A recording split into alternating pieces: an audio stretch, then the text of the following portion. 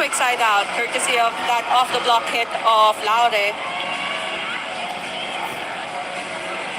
Hey, Laura, what a good start for her in her CV League debut. She's got a couple of points already. Then Palamata also contributing offensively from the middle. Borkun get hard, sets it up, and see Thailand once again. First combination play from Team Thailand. Take a look at that beat quick and set up in the middle. Our blockers are too far from the open hitter. You can already tell, Sita Lued, that girl, going to be a pretty good pro player for Thailand. Former MVP in the under 21 in Thailand. A combination play for Alas Pilipinas, and that one is good. There was a check ball.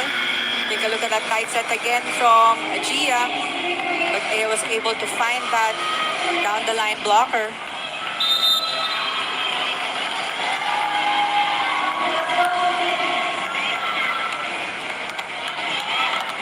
So far, the ties find it puzzling to stop these side outs from Alas Pilipinas. Eliza Solomon with a serve. That one's good. Another bad pass here for the red shirts.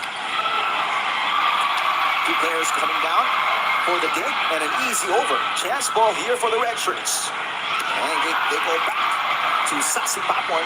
Good defense for Alas Pilipinas. Lauer is turned away for the first monster block of the game. Courtesy of the double block of Tatdao and Warisara. The middle blocker and opposite blocker of Thailand. Take a look at that. Nowhere to go for Laure.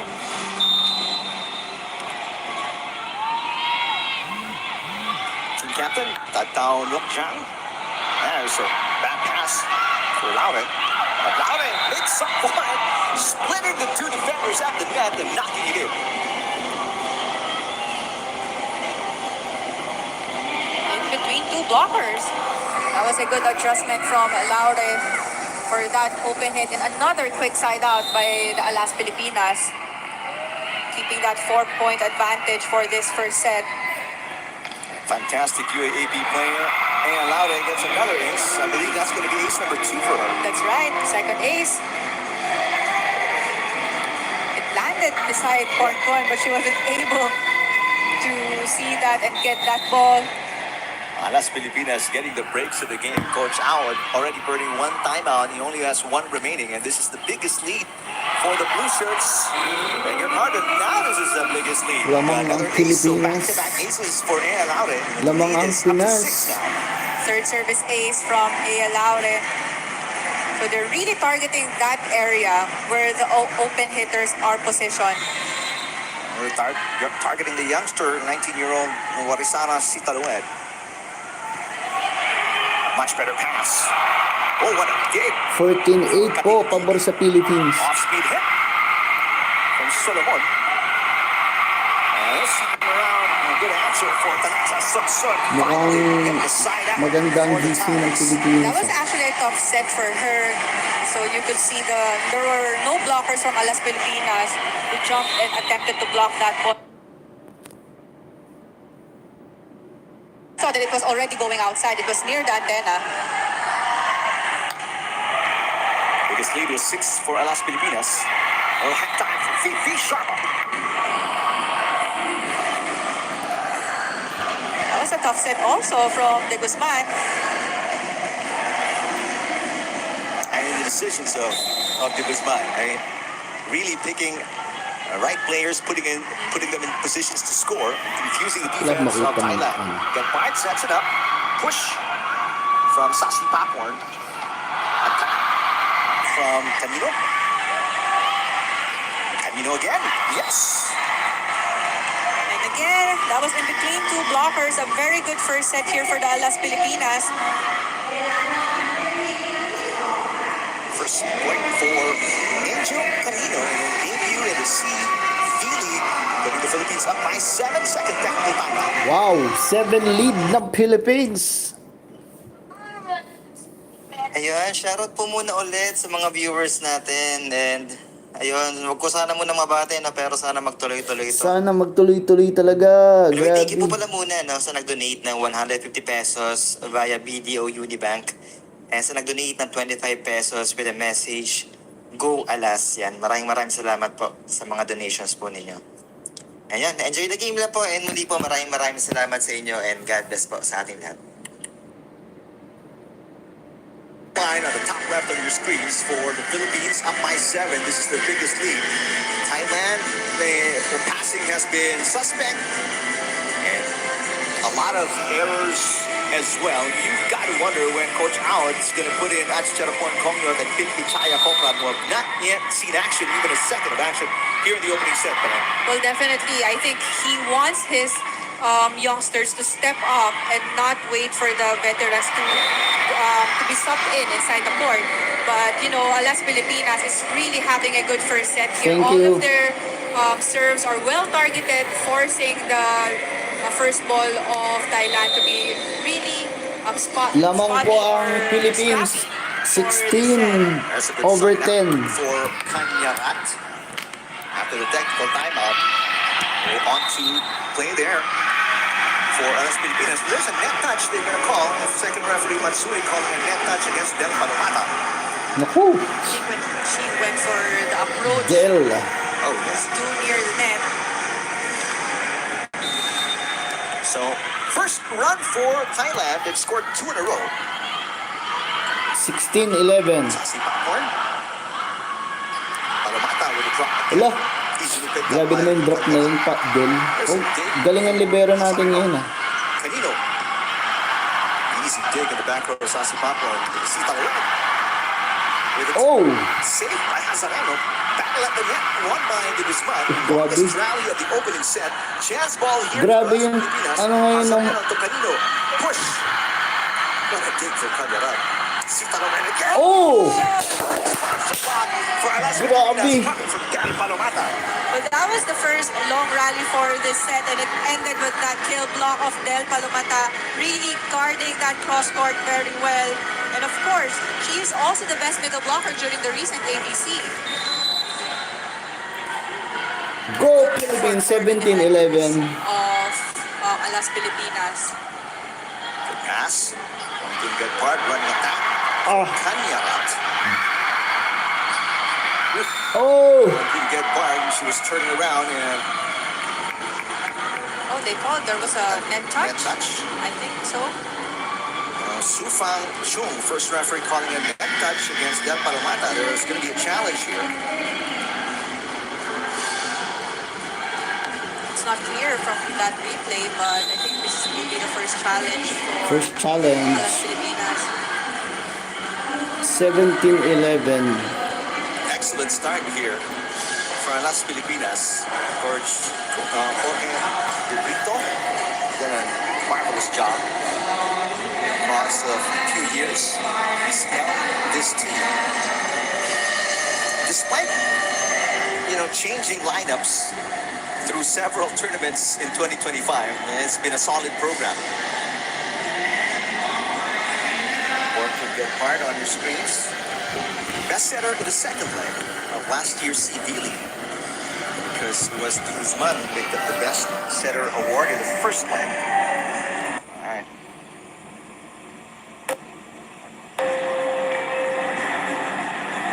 Oh, wala.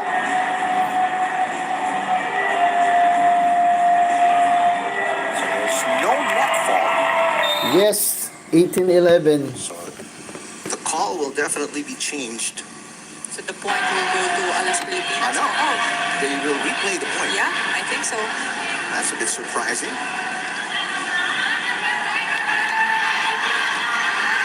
Bias yung referee. The play was not halted, so that's a surprising decision to replay the point. When clearly the ball was not sent over by Portland Gedpart.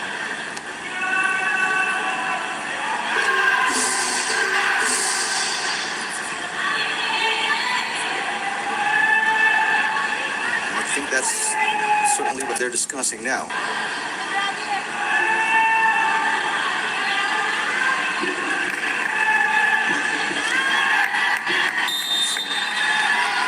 They will replay the point.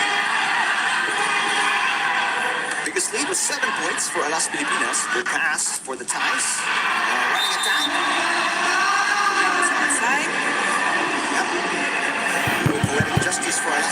Filipinas of this error by Kanyarat.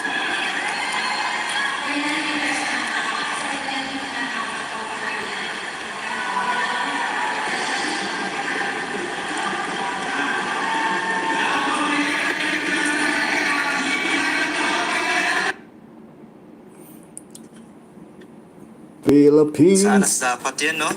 Hindi naman naitawid yung yung bola.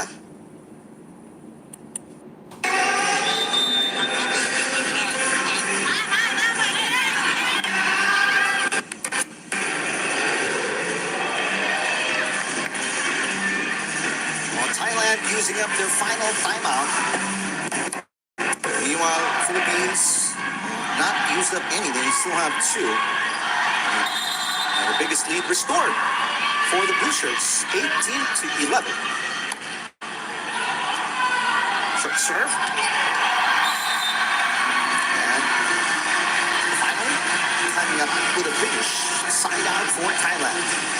That was a short running attack from her. She was the one who got the first ball, and you could see that her middle blocker was already positioning herself for the open hit.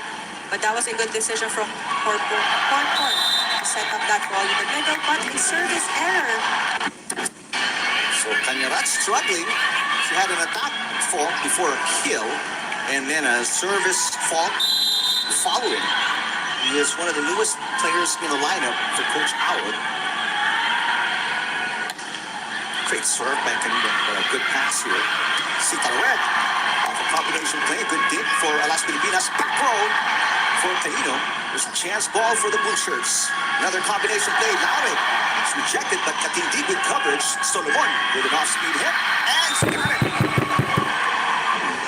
That was a good height on the attack, really over the blockers. But the floor defense of Thailand was not expecting that off-the-block hit from Solomon. What a beautiful set by Gia de Guzman. Biggest lead of 8 points now as you see the PHI checking in for the first time. Let's see if she can make a difference for the Thais who have really struggled here in the opening set. Get hard. Si Talouet again.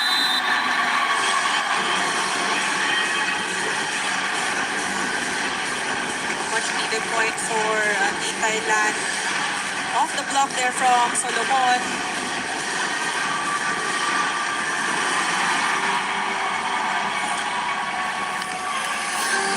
Players in the lineup, going to get part at 32 years old. She's a pro in Korea.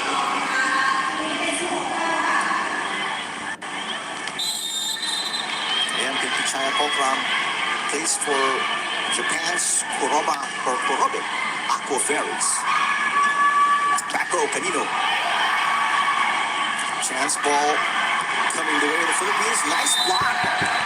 Now it's an off-system play for the Thais, easily read by the defense. Again, that was Del Palomata who scored that kill block.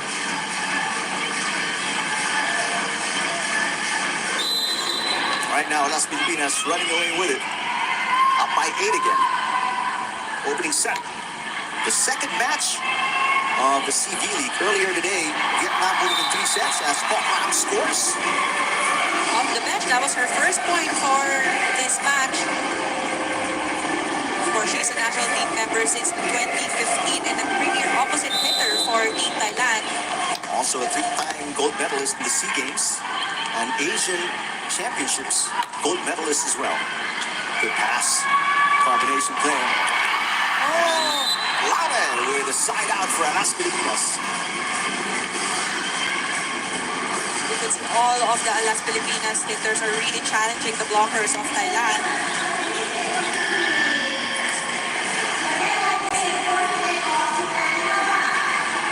Substitution as Adsharapan Kongyo, the former team captain, now checking in. Could be too little, too late. We'll never know.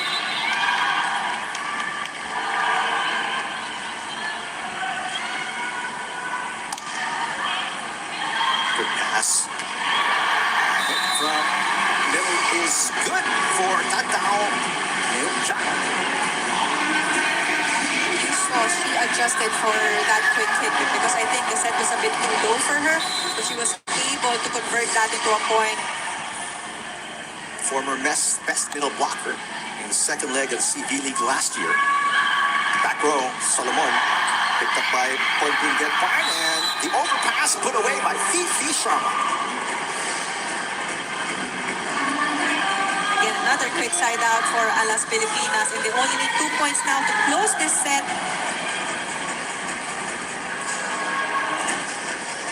And no more timeouts for Coach Ao. Parang nilalili nila yung ano eh. Feeling siguro nila ano. Hello. Former MVP of Grabe, naghanda talaga. Sana tuloy-tuloy ito hanggang third set. Grabe ang improvement ng Philippines ah. Oh, galing din. Just ay, sayang. Last two. Trying to avoid the blockers because they were already established there. Now the lights close. Grabe si Don na kasi Just Arena. But they're still up by Last two for Philippines. 23 over 15. Canino. Yes! And Down the line. It's exciting. got the line.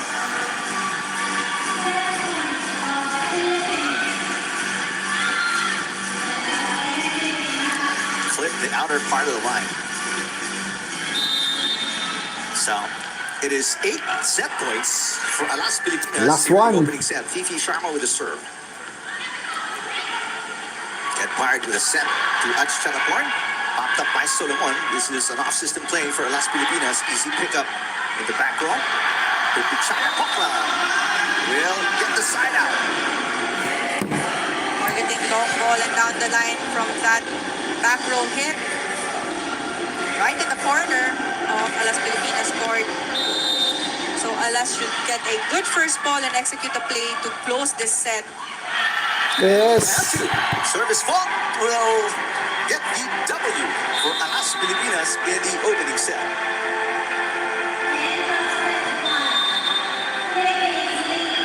What a start here for the Blue Shirts, led by as many as 8. Philippines win first set. Actually, it was a good start up until the end of that first set. Grabe. Ayan, shoutout po muna sa 9.1k live viewers po sa Facebook at 800 plus live viewers naman sa kick.com. And salamat muna ako kay Ealer and kay Densyo for donating 299 pesos. And sa nag-donate ng 25 pesos kanina with a message, Go Alas. Ayun, isang set na, no? So, baka pwede naman sana makadalawang set pa, no?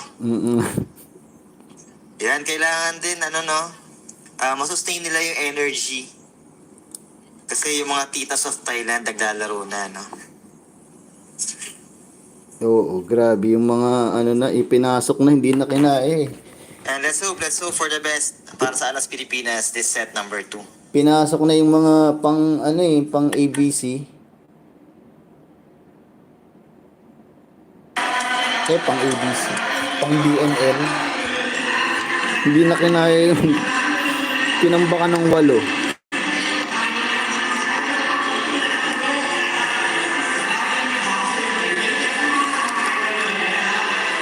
Sana tuloy-tuloy.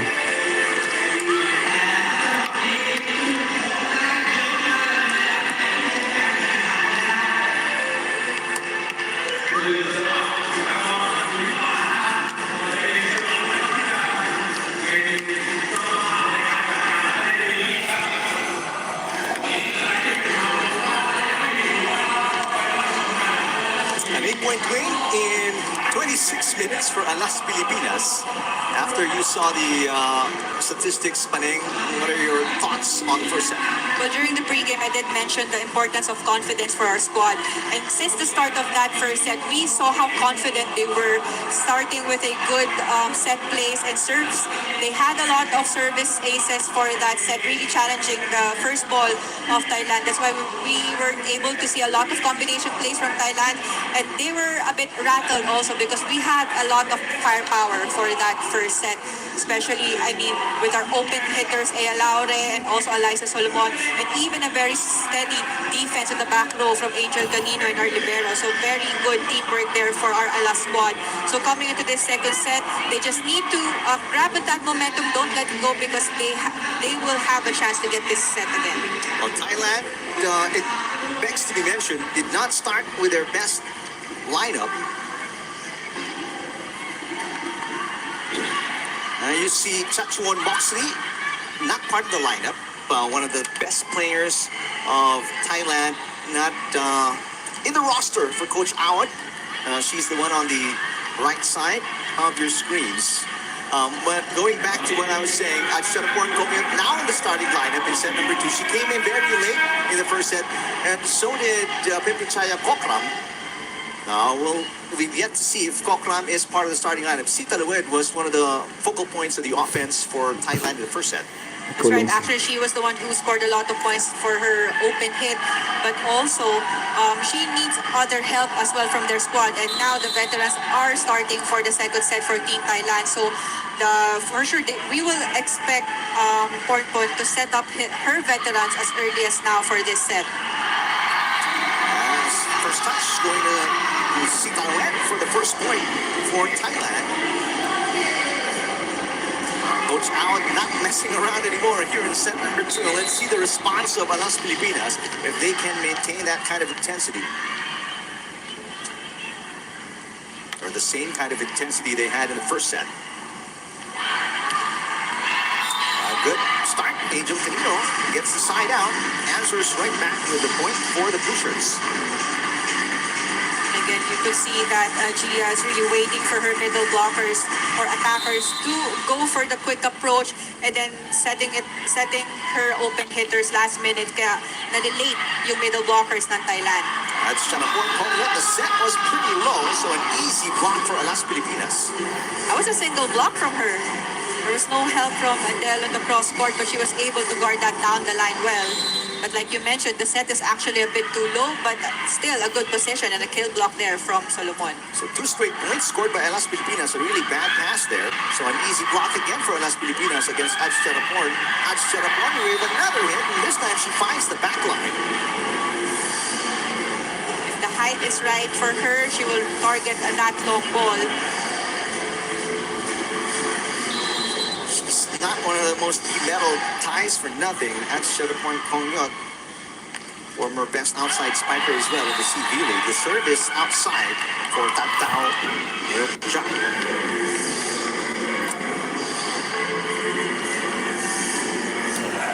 Easy point for Alas Pilipinas to retake the lead, 3-2. In case you're just joining us on one of the 3 platforms, Signal TV, Philippines winning the first set by 8 points. They led by as many as 8. There's Achutaport Kongyot again, back-to-back points for her.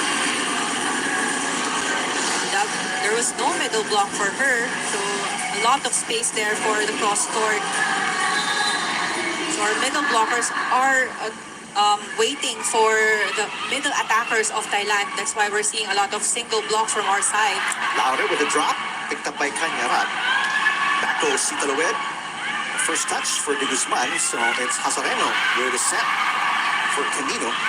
Back row over Pempichaya Kokram, and she scores. Now Pornpon has a lot of options, whether in the front row or back row. And of course, Pempichaya is actually a very dominant opposite hitter for Team Thailand. There she is, giving the Thais the lead, 4-3, set number 2. Liza Solomon off the block. Quick side out for the Philippines. So again, we're seeing a lot of quick side outs here for Team Alas Pilipinas. Same as during the first set, they're not allowing Thailand to have a mini run, the scoreboard. But what's good for Thailand, also not allowing Alas Pilipinas to make runs. So beautiful running attack by Kanyarat, but good defense for Alas Pilipinas. Chance ball for the red shirts. They do it again. And this time, Kanyarat will deliver. Definitely a closer second set here. Will deliver.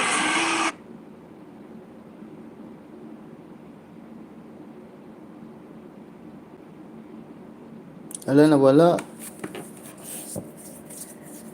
Nawala.